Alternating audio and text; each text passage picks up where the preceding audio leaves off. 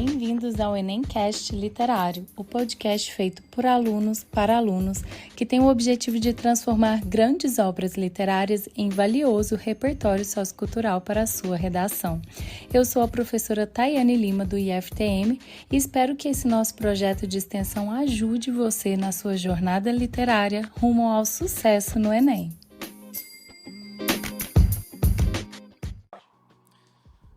Bom dia, boa tarde, boa noite.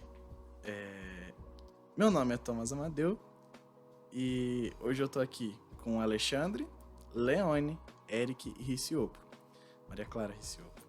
A gente é aluno do terceiro ano G de Alimentos e esse vai ser nosso podcast. A gente vai retratar aqui o livro Escrava Isaura, que tem como autor o Bernardo Guimarães, autor bem conhecido. A nossa primeira pessoa vai falar um pouco, né, da biografia dele. E a gente escolheu a Escrava Isaura por conta do tema da redação, que é trabalho análogo à escravidão, o que tem bastante a ver, né, o livro com esse tema.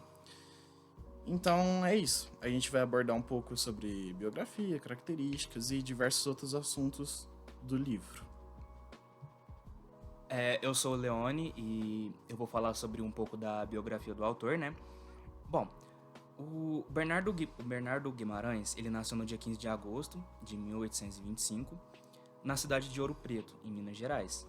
Ele foi filho de João Joaquim da Silva Guimarães e Constância Beatriz de Oliveira Guimarães.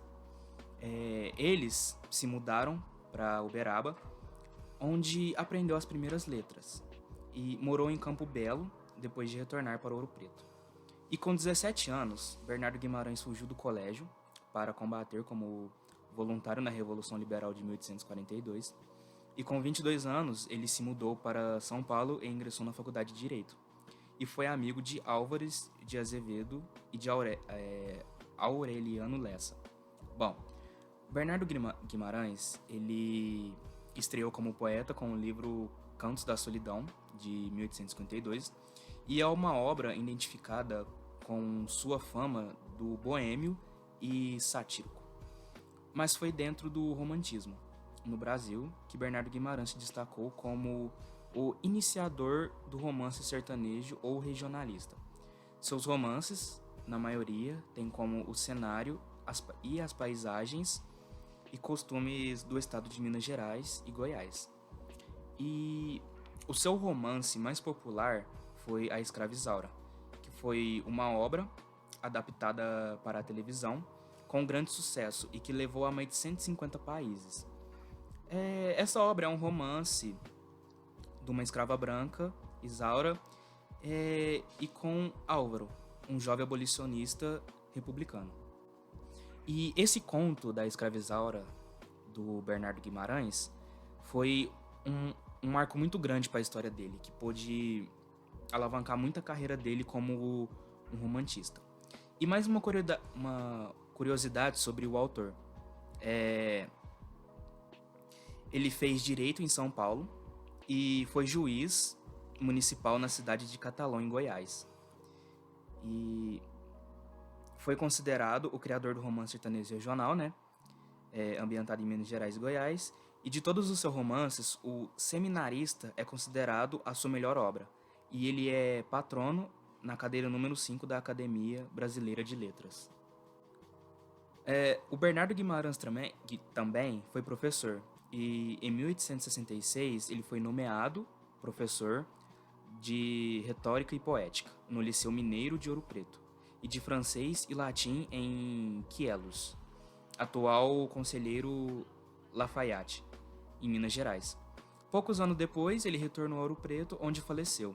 E Bernardo Guimarães, como eu disse, é patrono na cadeira número 5 na Academia de Letras do Brasil e patrono da cadeira número 15 da Academia Mineira de Letras. Eu sou Eric, eu vou ser o principal por dar um contexto da própria história do livro da Escrava Isaura. Nós temos que voltar um pouco atrás, antes da personagem principal, que é a própria Isaura. Nós vamos ter que voltar lá para a época da Malvina. A Malvina é quem? ela é esposa de Leôncio. Leôncio, ambos os dois são um casal que são responsáveis pela própria fazenda onde a Isaura mora e, como já disseram, ela é uma escrava. Como eu estava falando do próprio casal, temos que lembrar que nessa época era o segundo reinado. E nessa época, meio eles tinham realmente aquele costume de os pais arranjar casamento ou prometer. Foi o mesmo caso desse casal. E só lembrando que o próprio Leôncio ele era um dos mais que tinha, vamos supor, que tinha dinheiro, que realmente esbanjava a fortuna dele.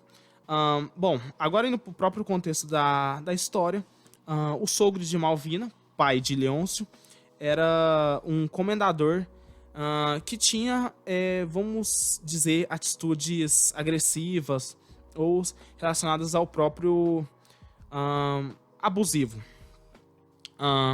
E tinha a Juliana. Quem que é a Juliana? Juliana é a própria mãe de Isaura. Por que eu comentei sobre ela? Comentei sobre ela porque o próprio sogro de Malvina, ele tinha... os olhos dele eram totalmente voltados para a Juliana, mãe de Isaura. Mas, desculpa.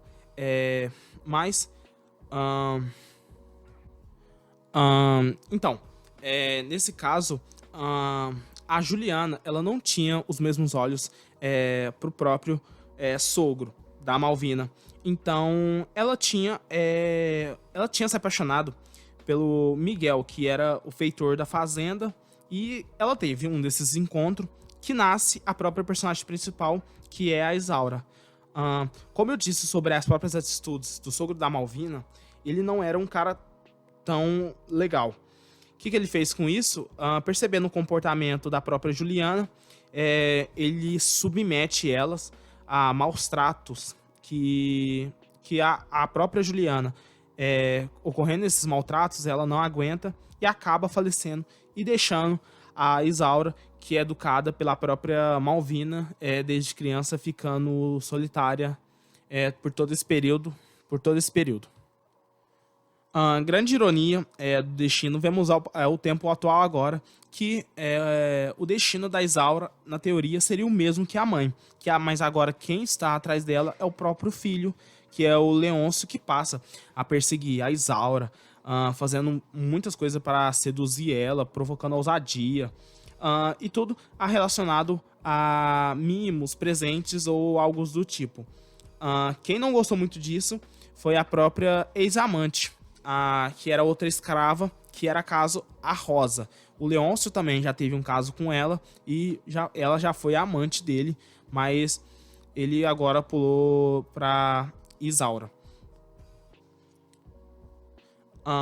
Nisso, a própria escrava Rosa, ela faz insinuações do próprio comportamento da Isaura para a Malvina, que com o intuito de próprio despertar ciúmes na patroa, na Malvina no caso. A Malvina não acredita no começo, resiste, mas pelo final acaba acreditando em Rosa. E nisso a Isaura recebe punição, que é levada para a senzala, juntando aos demais escravos. Lembrando que a Isaura é uma pessoa branca. Como a própria Isaura já estava na senzala, quem veio ajudar ela foi o próprio pai dela, o Miguel, que, como eu falei, ele resolve vir a socorro da filha. Naquela época, o dinheiro era contado por reis. Ele junta os próprios dinheiro que foi exigido na época para a libertação da Isaura, mas Leôncio realmente se nega a entregar a filha por ser realmente possessivo por ela, coisas desse tipo. Nisso, o Miguel não aceita e força para criar um plano de fuga para os dois fugir. A solução foi entrar num navio negreiro para o Recife, onde eles conseguem fugir, alugam uma chácara afastada do centro da cidade e começam a viver discretamente até um jovem estudante de direito chamado Álvaro, novo personagem, vivendo discretamente. Um dia Álvaro aparece que ele ouve a própria Isaura cantando e percebe a lindeza da moça, a boniteza dela, e se apresentou para ela. Se apresentando para ela, ele nem percebe que a jovem ela é uma escrava e apaixona-se perdidamente por ela. Os dois, ambos o Miguel e a Isaura, eles são convidados por Álvaro para um baile e vão para não levantar suspeitas do próprio fugimento dele. Fugimento não, né? A fuga, desculpe. Mas na própria festa, todos só tem olhos para a Isaura, que seria acompanhante do Álvaro. O Martinho, o novo personagem da história, eles é um dos convidados do próprio baile. E, através do anúncio impresso no Jornal do Rio de Janeiro, ele percebe a notícia da fuga de uma escrava e seu pai. E teve uma recompensa que seria de 5.000 contos de réis a ser pega a quem descobriu o paradeiro de ambos Miguel e da Isaura. Martinho, percebendo isso, com o próprio anúncio, recorre à polícia para dar queixa para receber a recompensa. Voltando para o próprio baile, o próprio Álvaro chama o Martinho para um lado, conhecendo ele, oferece o dobro da recompensa que foi dada pelo jornal por causa da escravizaura e do Miguel para pegar eles. Lembrando que o Álvaro chamou o próprio Martim para o canto para ele ficar vamos falar de bico fechado e para não revelar a própria localização do pai e da filha. É aí que, no caso, que tem um problema, porque o Martinho ele não fica de bico fechado e contacta o Leôncio. Nessa, o Leôncio, percebendo a localização da antiga escrava dele, vai lá buscar ela para receber o que é seu. Bom, eu vou pegar esse finalzinho, né?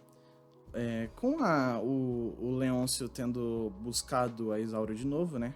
Porque o mano não fechou o bico, né?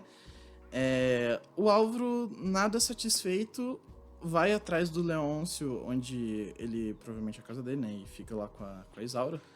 Ele vai atrás do Leôncio e atira na cabeça dele. Pronto, mata. E com isso, com esse corte seco, que termina o livro. Com o próprio tiro na cabeça do Leôncio e com a Málvida chorando, cheio de sangue, aos prantos, porque o próprio marido dela morreu, e é assim que termina o livro. Bom, voltando de novo aqui, né, Thomas, eu vou falar um pouquinho sobre as características e um pouquinho da minha opinião, o que eu e todo mundo achou aqui, inclusive, né. Bom, o texto tem foco narrativo em terceira pessoa, em modo que o narrador é onisciente e relata as ações dos diversos personagens que tem, entendeu? E às vezes até dá uma visão mais detalhada e pessoal de cada personagem. A leitura, ela é bem cansativa do livro, e algo que o Alexandre, que já apresenta, relatou, percebeu, né? É que toda vez que entra um personagem novo, ele parece que, tipo assim, apresenta tudo do personagem, dá uma biografia do personagem em si. E o livro, ele é relativamente bem pequeno até, ele tem em torno de 87 páginas, e é isso. Agora a Maria Clara que vai falar. Eu dei uma tossidinha porque eu tô com asma. Então, A Escravizaura é uma telenovela brasileira produzida pela TV Globo, exibida originalmente dia 11 de outubro de 1976. A novela Escravizaura foi lançada em 1976, foi transmitida em mais de 80 países. Muitos de nós assistimos a produção e depois reassistimos várias vezes com o maior prazer. A quem também tenha lido o romance de Bernardo Guimarães, que surgiu de base para o sucesso da TV brasileira. Agora eu vou falar um pouco sobre o livro. Enquanto livro, acompanhamos uma Isaura escrava de Leôncio e de sua esposa Malvina. Após a morte da mãe de Leôncio, a novela volta um pouco no tempo, com a mãe de Leôncio ainda viva e a Isaura permanece nela ainda. Oi, tudo bem? Aqui é o Alexandre. Eu vim falar sobre o tema da redação que a gente usou como base para usar esse livro. E só uma coisa, que o tema é trabalho análogo à escravidão.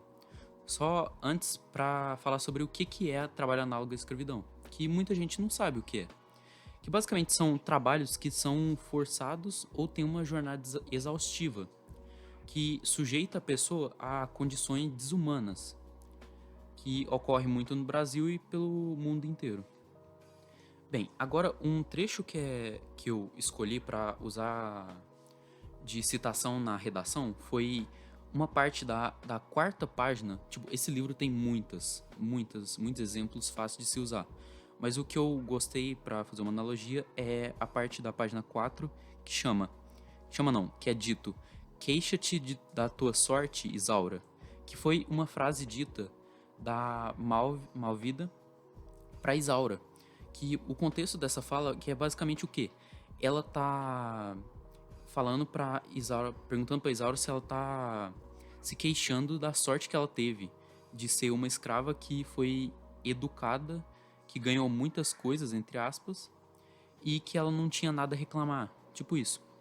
E uma boa alusão que dá para fazer aos dias de hoje é que muitos patrões de empregos oferecem essas, entre aspas, regalias que eles dizem, que são o que é o mínimo do mínimo, que é tipo, ele dá almoço e janta pra pessoa e não dá nem dinheiro, tipo, exemplos.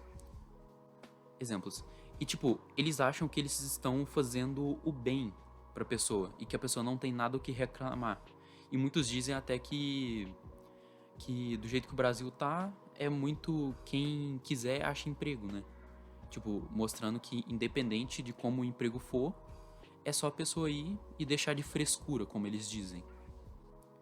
Essa interligação que tem da chefe do engenho, da senhora de engenho, que é a Malvida, para os chefes de hoje em dia que empregam o trabalho análogo à escravidão, é que eles têm essa visão, como eu havia dito, de que eles estão dando um emprego, eles estão fazendo o bem. Então, eles não se importam com os empregados, com o que eles estão passando. Aí só mais uma coisa, é que como eu usaria essa citação, que seria basicamente o quê? Eu começo falando assim: a fala do livro Escravizaura, queixa-te da tua sorte, Isaura, dita por Malvina, dona de Isaura, onde vem de um contexto da senhora de engenho, que basicamente eu continuo dizendo o que eu já havia dito, e depois disso ainda pode fazer uma interligação sobre notícias do que ocorrem hoje em dia, de empregadas domésticas que são tratadas como escravos de hoje em dia. E é assim como eu faria para fazer essa citação em uma redação. E é isso. Enfim, pessoal, chegamos ao final do podcast, né? Eu só queria falar uma última coisa, que esse livro, caso os ouvintes queiram, né? É um livro muito bom para você se usar em temas de redação. E era só essa, uma opinião minha mesmo. E todos nós agradecemos pela atenção das pessoas que estão ouvindo até aqui. E tenham um bom dia, boa tarde, boa noite. E é isso. Tá escutando, né? Exatamente.